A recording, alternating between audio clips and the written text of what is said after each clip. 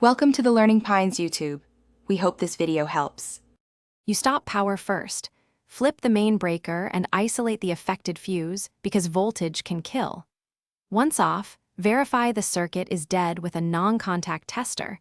Hold it near terminals until it reads no voltage. Make sure to wear insulated gloves and safety glasses and only use a fuse rated for this panel. Prepare replacement parts and a simple screwdriver. You start working only when the tester and PPE confirm it's safe. This prevents shock and protects the equipment. You remove the fuse cover and carefully unscrew the blown fuse, keeping your hands clear of other live parts. Inspect the fuse element. A broken filament or burn marks means blown. Check the holder for corrosion or loose contacts because poor contact causes heat. Clean contacts lightly with a dry brush if needed, then seat the new fuse with the exact same amp rating and type. Do not substitute.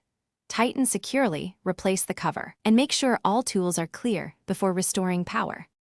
You restore power by switching the main breaker back on, then test each affected circuit with a lamp or outlet tester to confirm normal function.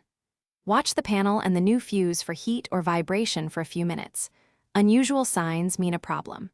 If the fuse blows or a breaker trips immediately, make sure to switch power off and isolate loads. Unplug suspicious appliances. Then inspect wiring and devices for shorts or overloads. That troubleshooting step finds underlying faults before repeating the repair. Thanks for watching. Consider subscribing if we helped you.